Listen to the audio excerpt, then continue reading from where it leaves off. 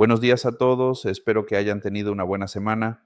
Hoy nos adentramos en un territorio fascinante y de una relevancia brutal para su trabajo futuro en las ambulancias y salas de emergencia de nuestro país. Estamos en la unidad 5, integración neuroendocrina, y hoy arrancamos con el contenido 3, la tiroides, las paratiroides y el páncreas. Pero no vamos a hablar solo de glándulas y hormonas abstractas. Hoy vamos a conectar la bioquímica de una célula con el destino de una persona en medio de la Panamericana o en una comunidad rural de Chimborazo. Porque cuando ustedes lleguen a atender a un paciente con un cuadro confuso, agitado, con fiebre, taquicardia desbocada, su capacidad para pensar más allá del protocolo básico y sospechar, por ejemplo, una tormenta tiroidea puede ser la diferencia entre la vida y la muerte. O cuando atiendan a una mujer después de una cirugía de tiroides en el hospital de la Tacunga que de repente siente un hormigueo intenso en las manos y la boca y empieza a respirar con un sonido agudo, ese conocimiento les hará gritar hipocalcemia, laringoespasmo inminente y actuar segundos antes de que se cierre la vía aérea.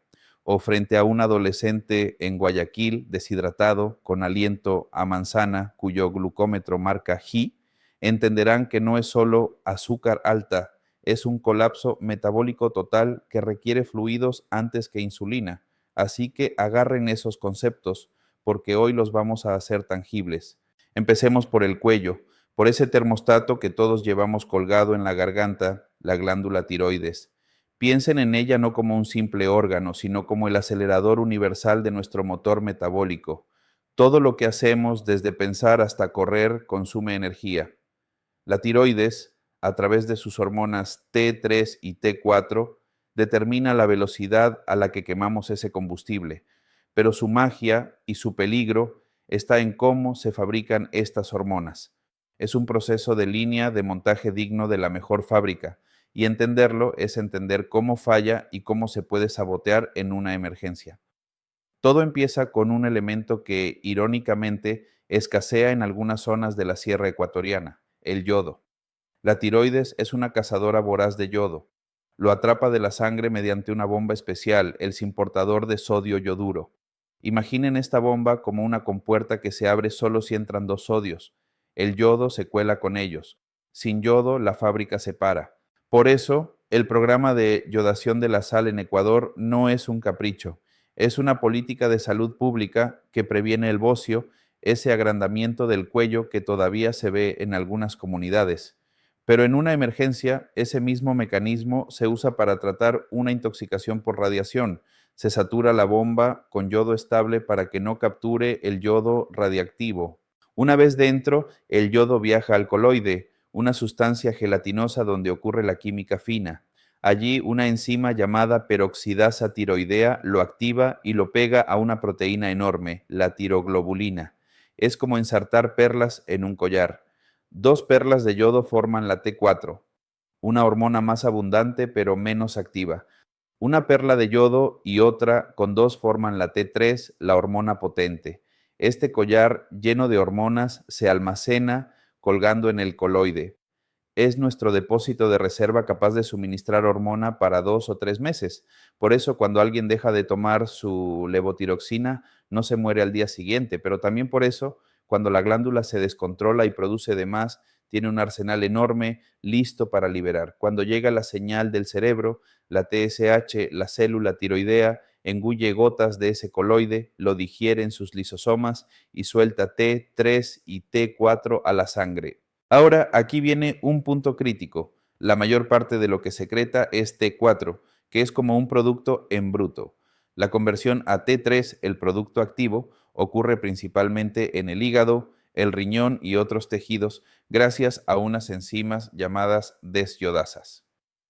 ¿Por qué es importante? Porque en una tormenta tiroidea, un fármaco como el propiltiuracilo no solo frena la producción en la glándula, sino que también bloquea esta conversión periférica, apagando el incendio por dos frentes. Pero, ¿qué hace realmente la T3 en el cuerpo? Es la hormona de la actividad. Aumenta el número y la eficiencia de las mitocondrias, esas centrales energéticas de la célula. hace que bombee más la bomba de sodio-potasio, lo que consume energía y genera calor.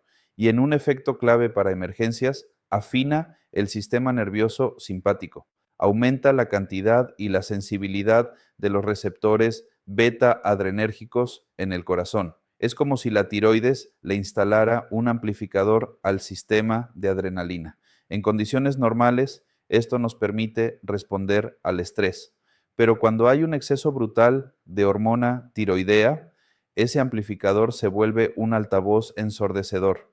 El corazón, hipersensible, responde con una taquicardia desproporcionada, incluso a la más mínima señal. El paciente se siente acelerado, ansioso, tiene temblor fino y lo más peligroso, la T3 induce desacoplamiento mitocondrial.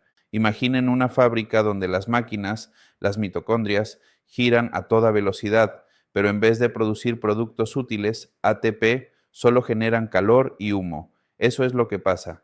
La energía de la comida se disipa como calor puro. El paciente desarrolla fiebre alta, piel caliente y sudorosa, a pesar de estar en un ambiente fresco. Esto no es una infección común, es una crisis metabólica donde el cuerpo se consume a sí mismo.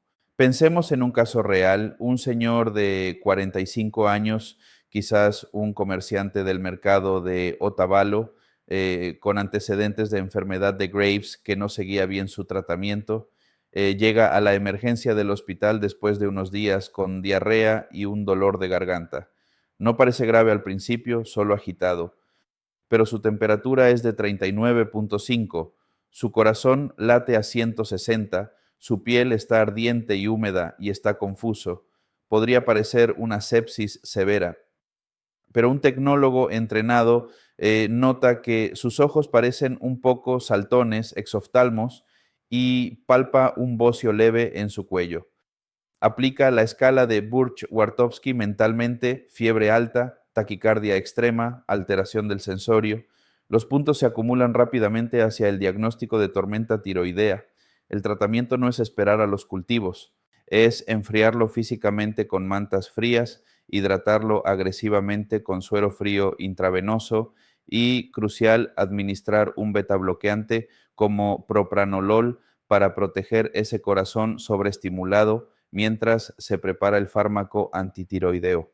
En Ecuador, con un sistema de salud a veces fragmentado, ese diagnóstico precoz en la ambulancia puede acortar horas de deterioro y dirigir el transporte directamente a un centro con capacidad de manejo endocrinológico. Ahora, justo detrás de esta glándula aceleradora, escondidas como pequeñas lentejas, están las paratiroides. Su trabajo es opuesto al de la tiroides. No se trata de velocidad, se trata de estabilidad.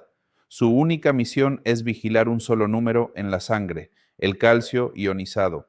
Y no lo hace cada día, lo hace segundo a segundo. ¿Por qué es tan importante el calcio? Todos piensan en los huesos y sí, es su componente principal, pero en la sangre el calcio es el guardián de la paz eléctrica en nuestros nervios y músculos. Es como un sedante natural que se sienta sobre los canales de sodio de las neuronas, manteniéndolos cerrados y en reposo. Cuando el calcio baja, ese guardián se va. Los canales de sodio se vuelven inestables, se abren con cualquier vibración y las neuronas comienzan a disparar señales eléctricas de forma caótica y espontánea. El resultado es la tetania, los músculos se contraen y no se relajan, ¿no? Las paratiroides tienen un sensor exquisito, el receptor sensor de calcio. Cuando el calcio está bien, este receptor le dice a la célula: tranquila, no secretes hormona paratiroidea, PTH. Pero cuando el calcio baja, el sensor se desactiva y la alarma suena. Se libera paratiroidea a toda velocidad. La paratiroidea es la hormona de rescate. Actúa en tres frentes. En el hueso le ordena a los osteoclastos que disuelvan un poco de hueso para liberar calcio al torrente sanguíneo. En el riñón le dice a los túbulos: recupera todo el calcio que puedas de la orina, no lo desperdicies. Y además activa la vitamina D en el riñón para que en el intestino se absorba más calcio de la comida. Es un sistema de triple garantía. Pero, ¿y si falla? La causa más común que ustedes verán en emergencias es la hipocalcemia postquirúrgica. En Ecuador, las tiroidectomías por bocio o cáncer son frecuentes. A veces, de forma inadvertida, se dañan o extirpan estas pequeñas glándulas paratiroides. El paciente sale bien de cirugía, pero a las 24 o 48 horas empieza con un hormigueo alrededor de la boca y en las yemas de los dedos. Son parestesias, la primera bandera roja. Luego puede venir el signo de Trousseau.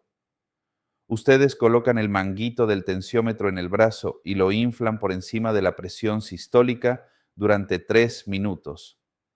La isquemia temporal, sumada a la hiperexcitabilidad de los nervios, desencadena un espasmo. La mano se contrae en una posición característica, como la mano de un obstetra recibiendo un bebé. Es un signo dramático y muy específico, pero el verdadero peligro es cuando la hipocalcemia afecta los nervios laringios. El paciente empieza con una sensación de opresión en la garganta y un estridor, un sonido agudo al inspirar es el preludio de un laringoespasmo completo que puede cerrar la vía aérea. En ese momento, el protocolo es claro: vía aérea avanzada a mano y administración lenta de gluconato de calcio intravenoso, monitorizando el corazón porque un bolo rápido puede pararlo. Conocer este cuadro les permite estar un paso adelante, preparados para intervenir antes de que la oxigenación caiga. Hay otro detalle fisiológico precioso: el magnesio. Para que la paratiroides secrete PTH y para que el hueso y el riñón le respondan, se necesita magnesio. En pacientes crónicamente desnutridos o alcohólicos, comunes en nuestros servicios sociales, una hipocalcemia que no corrige con calcio puede deberse en realidad a una falta profunda de magnesio. Hay que reponer ambos. La fisiología no es una serie de interruptores aislados, es una red donde todo está conectado. Finalmente, viajemos al abdomen, al páncreas. Esta glándula tiene un pie en la digestión, con sus enzimas, y otro en la endocrinología, con los famosos islotes de Langerhans. Aquí, dos hormonas con personalidades opuestas, insulina y glucagón, mantienen un equilibrio delicadísimo sobre un parámetro vital, la glucosa en sangre. El cerebro se alimenta casi exclusivamente de glucosa, ni mucho ni poco. La insulina es la hormona de la abundancia, la que se secreta cuando comemos. Su mecanismo de acción es una maravilla de la biología celular. La glucosa entra a la célula beta del páncreas, se metaboliza, genera ATP y ese ATP cierra un canal de potasio. Al cerrarse ese canal, la célula se despolariza como una batería que se invierte, eso abre canales de calcio y la entrada de calcio dispara la liberación de insulina almacenada.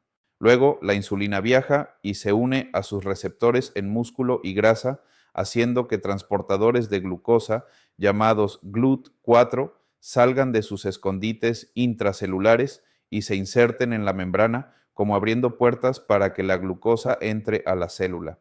Es un sistema de llave y cerradura perfecto, pero cuando falta la llave, la insulina, como en la diabetes tipo 1, el sistema colapsa. Las puertas GLUT4 nunca se abren.